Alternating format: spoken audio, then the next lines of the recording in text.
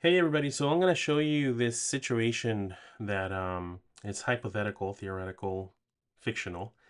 But we're going to practice doing a little bit of biostatistics here and understanding how we use biostatistics to prove, in this case, that there is an association between being vaccinated and having a disease. And so the example that I'm giving you here is a school with 965 students who you have 90 cases of disease. In this case, let's just say that it's measles or whatever. And um, and out of those 90 cases, 45 are vaccinated and 45 are not vaccinated. And this has happened before where you have anti-vaccine people say, oh, you had an equal or even greater number of vaccinated in the outbreak, so the vaccine must not work. And they use that to say that vaccines don't work when actually when you do the numbers, they do. So you have here the situation as I laid it out in this what we call a 2 by 2 table, where we have 4 cells.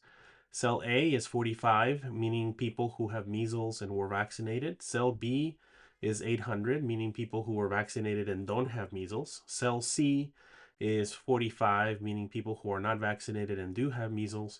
And cell D is 75, meaning people who are not vaccinated and do not have measles.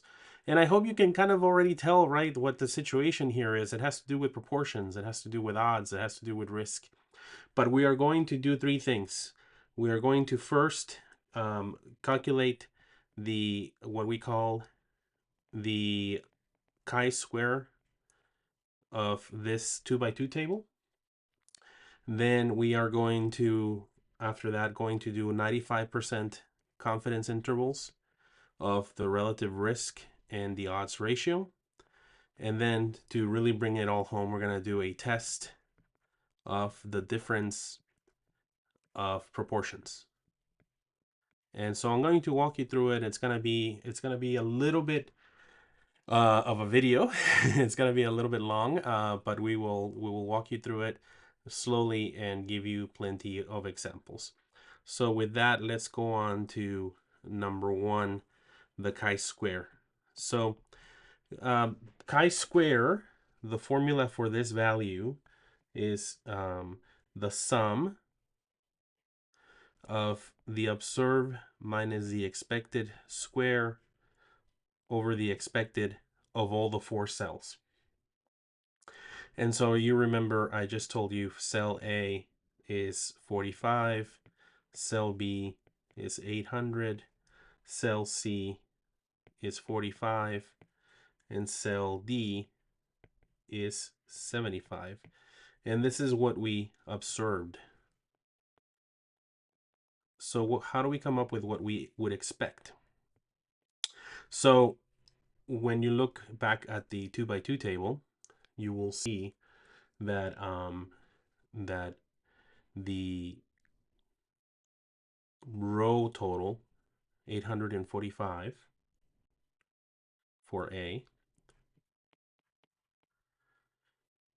multiplied by the column total for A, which is 90, and divide that by the grand total of 965 cases. So our expected value here would be 78.8, and I'm just rounding off. So what is this saying? This is saying that all things being equal, you would expect that about 10%, 90 over 965 of the total number of people who are vaccinated. So I'm going to bring on my handy calculator here.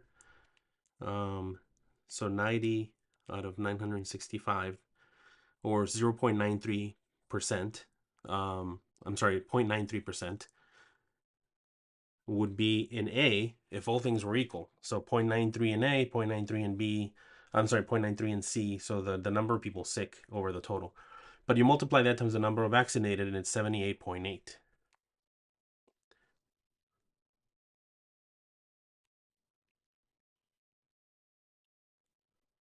And so when you do that, what you're saying is, if measles didn't care about vaccine status, what number of people who were vaccinated should I be seeing, and that's 9% or so. And so you do this down the line. So B, again, the row total for B is 845,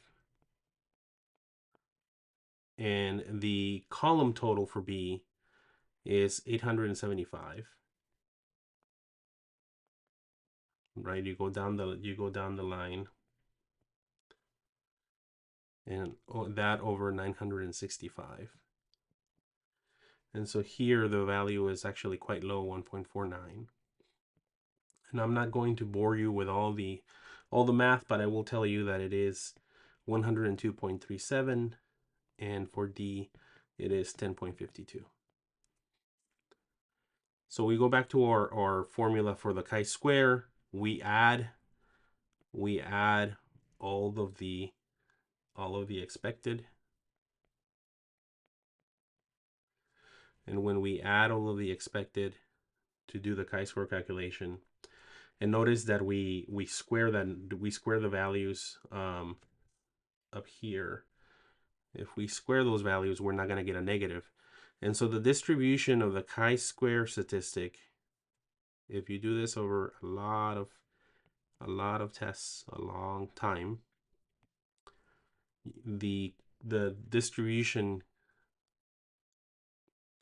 curve is going to look something like this, with 1 degree of freedom. The degree of freedom is the number of columns minus 1 multiplied by the number of rows minus 1. So we have 2 columns and 2 rows. 2 minus 1 is 1, and times 2 minus 1 is 1. So it is 1 degree of freedom. And the distribution looks like this. 95% of the values under this curve are left of a number called the critical value for chi-square. Chi-square critical. 3.84. So when I do this sum, 95% of the values will be to the left of 3.84, so between 0 and 3.84, and 5% of the values will be in the rejection zone. And I'll show you what I mean by rejection here in a second. 5% of those values will be here. So what do we get when we add up our values? Our chi-square, again, is the sum of all these expected values over here. So the observed 45 minus the expected 78.8 squared, so that we don't have a negative, divided by the expected 78.8 plus, so that's why I'm going to take off the sum here, plus for B, the observed was 800 minus the expected 149. I'm going to square that over the expected of 149 plus the observed 45 minus the expected 102.37 squared over 102.37 plus the observed 75 in cell D. There we go. Sorry about that. Minus the expected 10.5, square it over 10.5. So this number adds up altogether to a chi-square value, or statistic, chi-square statistic in this case, of 128.9. Your result, if you were doing this, you're following along, it might be a little bit different just because of rounding. But you go back to our distribution, and we see that our statistic is actually somewhere out here in the middle of nowhere. What that tells you is that the value, the p-value, is actually less than 5%. If you landed right at 3.84, your p-value would be 5%, or 0.05. Remember, we can display percentages as decimals or 5%.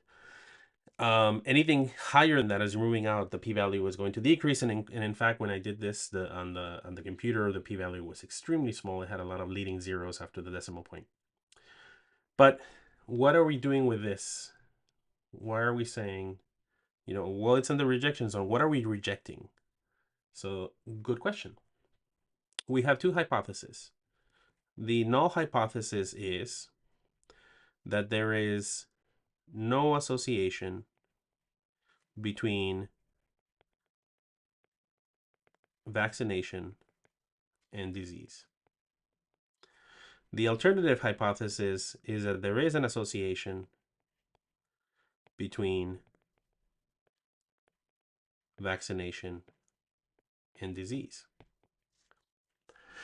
And we use the p-value to test this. If our p-value is greater than or equal to 0.05, sorry, or if our p-value is less than 0.05. If it's greater than 0.05, we fail to reject the null. And if it is less than 0.05, we reject the null and accept the alternative hypothesis.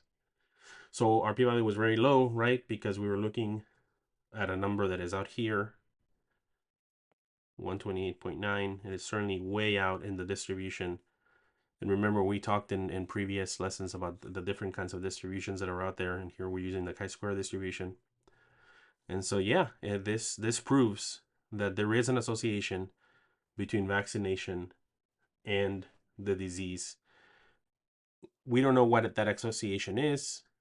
We would do further clinical trials, for example, post-marketing clinical trials, epidemiological analyses, and we would find the association was causal, that having the vaccine had a hand in lowering your risk of being part of the outbreak, or not having it had a hand in increasing your risk of being part of the outbreak.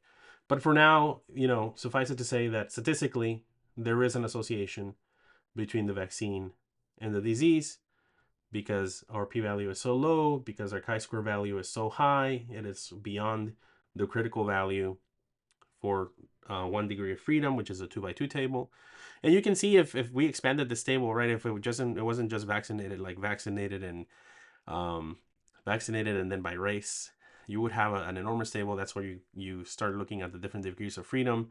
The curve for the different degrees of freedom changes, and at a certain number of degrees of freedom, around 90 degrees of freedom, it starts looking just like the normal distribution because of the central limit theorem. And so this is the first way that we are testing this hypothesis.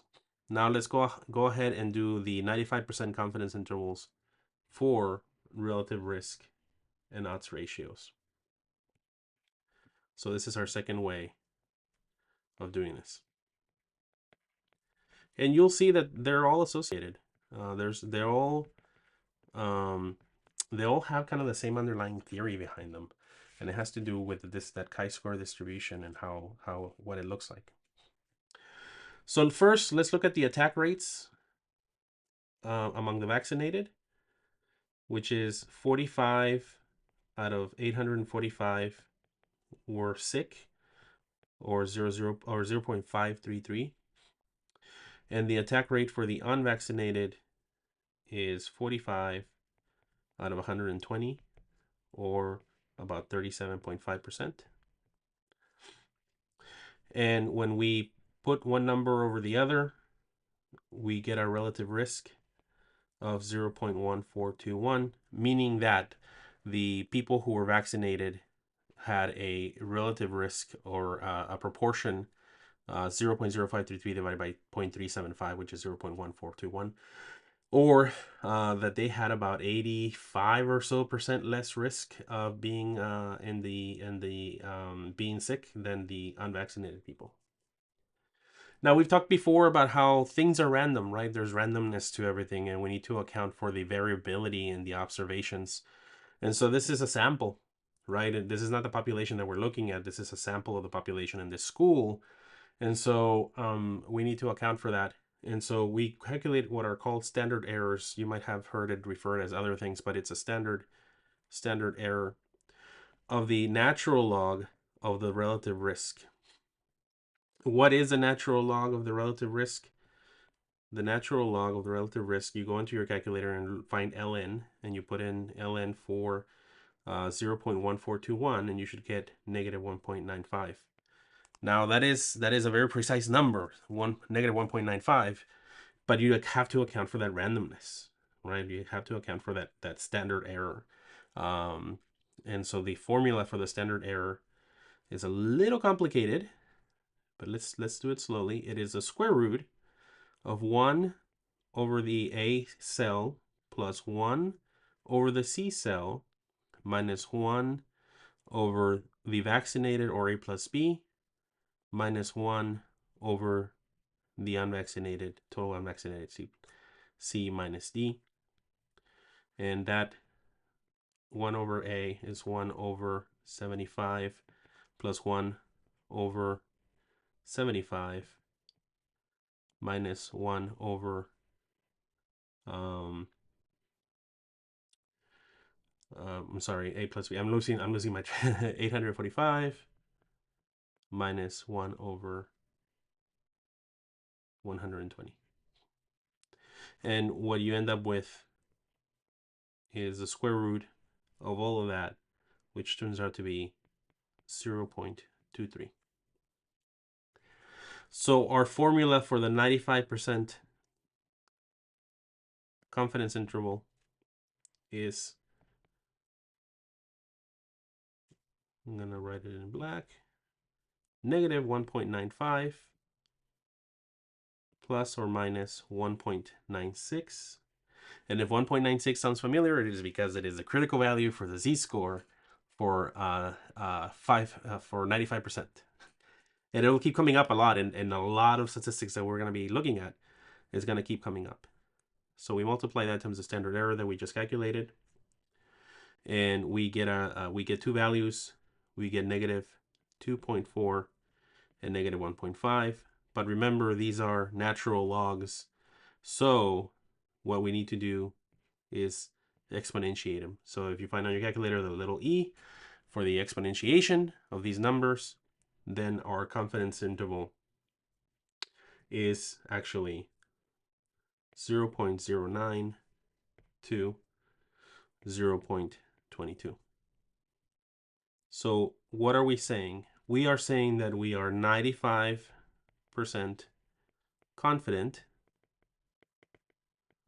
that the true relative risk in the population based on the sample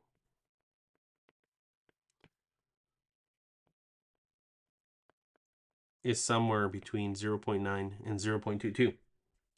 So think about that for a second. If my risk of getting measles if I was vaccinated was 0.5, and my risk of getting measles if I was not vaccinated was 0.5, that's 1, right? So if the two risks are the same, the relative risk would be 1. If the 95% confidence interval included 1,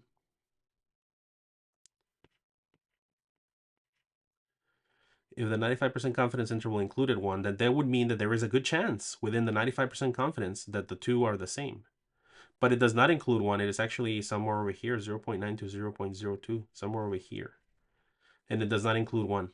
So again, our null hypothesis, if 95% confidence interval included 1, we would have to go with the null hypothesis. The alternative, if the 95% confidence interval does not include 1, then we go with the alternative. And in this case, it doesn't include 1. It is 0.09 to 0.22. So we go with the alternative. Just like we did with the chi-square calculation, now we have a second test that is telling us that there is an association. And in fact, it is telling us that the relative risk of getting measles based on your vaccination status is actually somewhere between 0.09 and 0.22. And it does not include 1, so there is snowball's chance in hell that the two are the same in the population. You look at the p-value, it is tiny, very, very, very, very tiny. So again, the 1.96 is gonna come up. You're gonna see it because it is a critical z value for a 95%. So if you look at the normal distribution, 1.96, 95% of the observations are over here. This is your rejection zone, where there are 5% of the observations and 1.96. And if you actually do the math, the value is somewhere out here in this area, very tiny p-value. So we have now two ways, right? We've done the chi-square, we've done the 95% confidence interval for the relative risk. Let's do now the 95% confidence interval, 95% confidence interval for the odds ratio.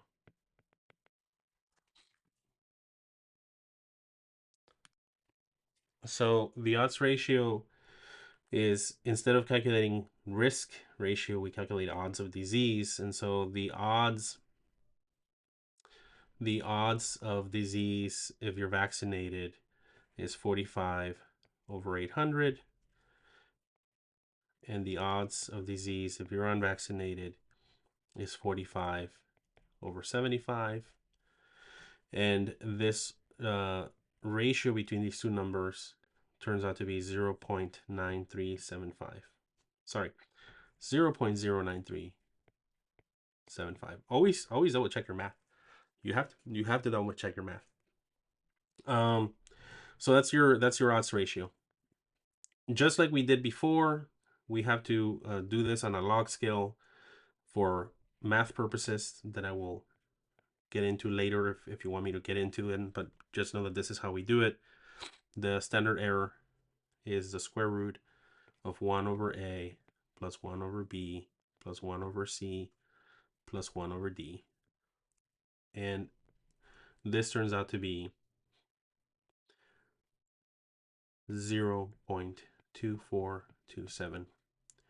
And the log odds ratio is negative 2.367. And just like we did before, negative 2.367 plus or minus 1.96 multiplied by 0.2427. And so this then turns out to be negative 2.843 to negative 1.891.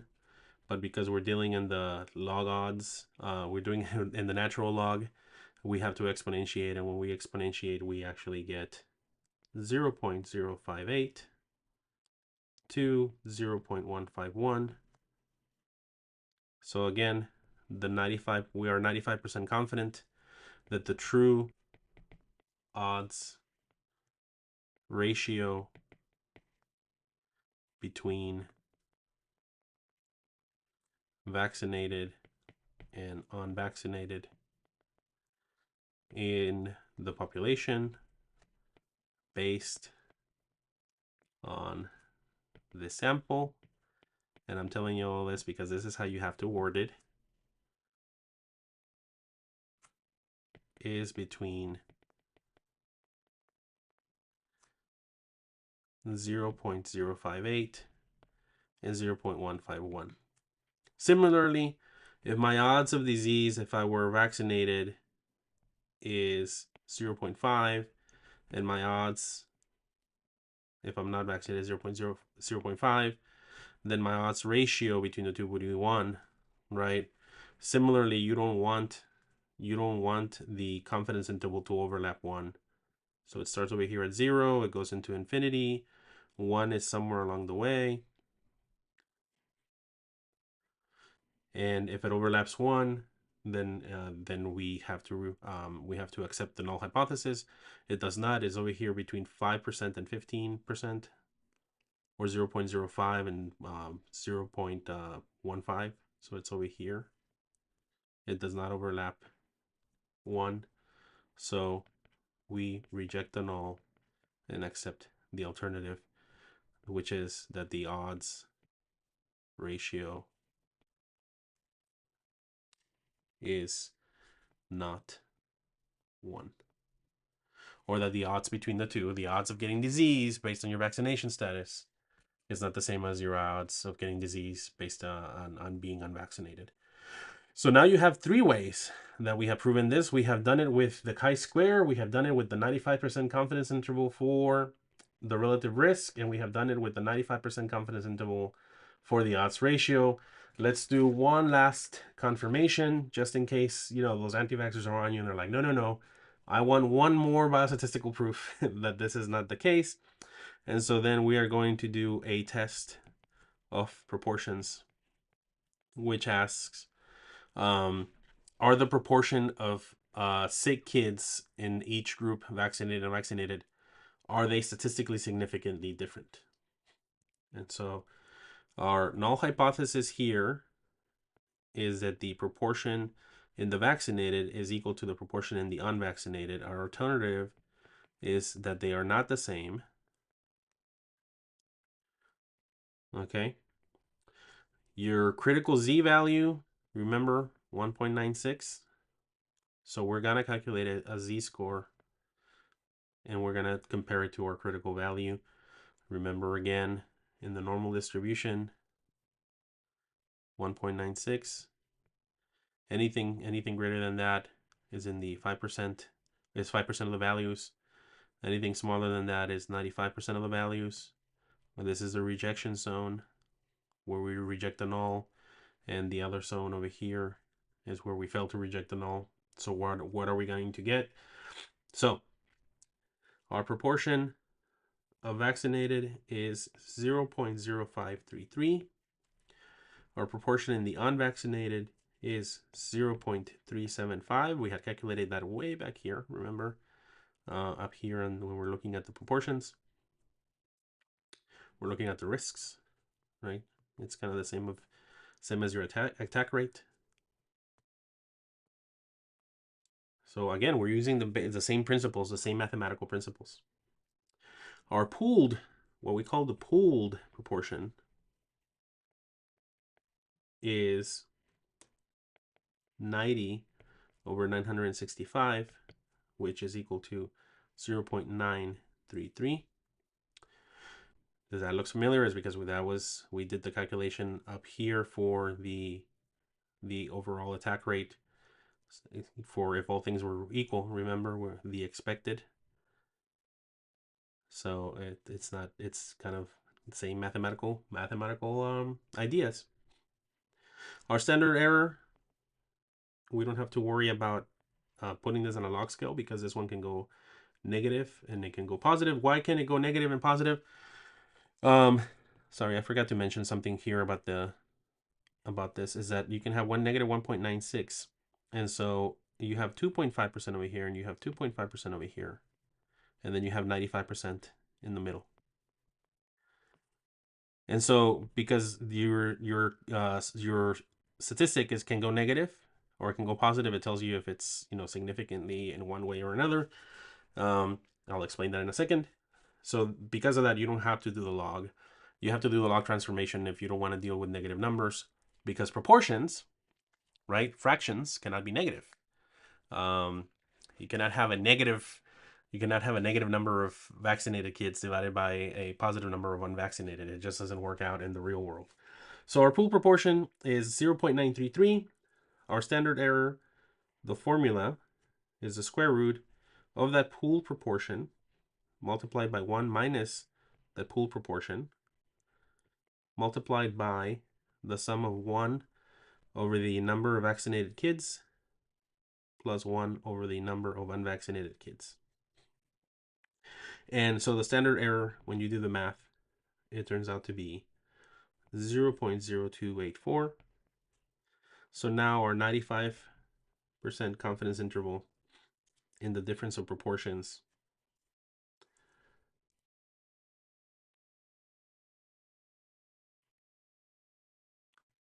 make sure I'm there. Let's not do the confidence interval yet. Let's just do the z-score. So z-score, the formula for the z-score is your proportion of vaccinated minus your proportion of unvaccinated, and you can see that one proportion can be bigger than the other, so it can go negative. And you're over the standard error, which then turns out to be 0.0533 minus 0.375 over 0.0284, which is your standard error. So your z-score then turns out to be negative 1133. So I'm going to draw this little curve a little bit better for you guys. And you have negative 1.96, positive 1.96. So where did we fall? Negative 11.33. So we're over here, very far away, very small p-value. P-value is certainly less than 0.05. So we reject the null hypothesis. And again, what was our null hypothesis? That the two proportions are the same. Had it been greater than 1.96 positive, then we would also reject. In this case, it's telling us two things. It's telling us that the proportion of kids who are vaccinated compared to the proportion of kids who are not vaccinated and were sick is lower, right? And we saw that 0.0533 is lower than 0.375.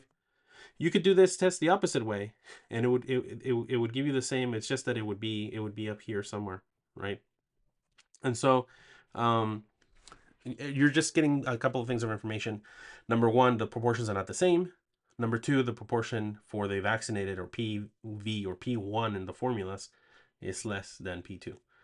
So that is where we are with this. And so the last thing we're going to do in our difference of proportions is the 95% confidence interval. So our difference in proportions is 0.0533 minus 0.375. Remember the numerator of that formula that we just did, negative 0.3217. So that is our difference between the vaccinated and the unvaccinated proportion of sick kids. The standard error of the difference is this formula. The proportion in the vaccinated, 1 minus the proportion in the vaccinated, over the number who are vaccinated, plus the proportion in the unvaccinated, 1 minus proportion in the unvaccinated, over the number of unvaccinated. You can see that the same kind of principles are underlying all of this, right? They're kind of all related. You're kind of looking at the same thing. You're looking at the difference in proportions. You're kind of looking at the overall proportion by looking at the total number. And so when you do this, the standard error is 0.0448, and your 95% confidence interval formula then is negative 0.3217 plus or minus what? 1.96. Multiplied by what? By 0.0448, which is your standard error.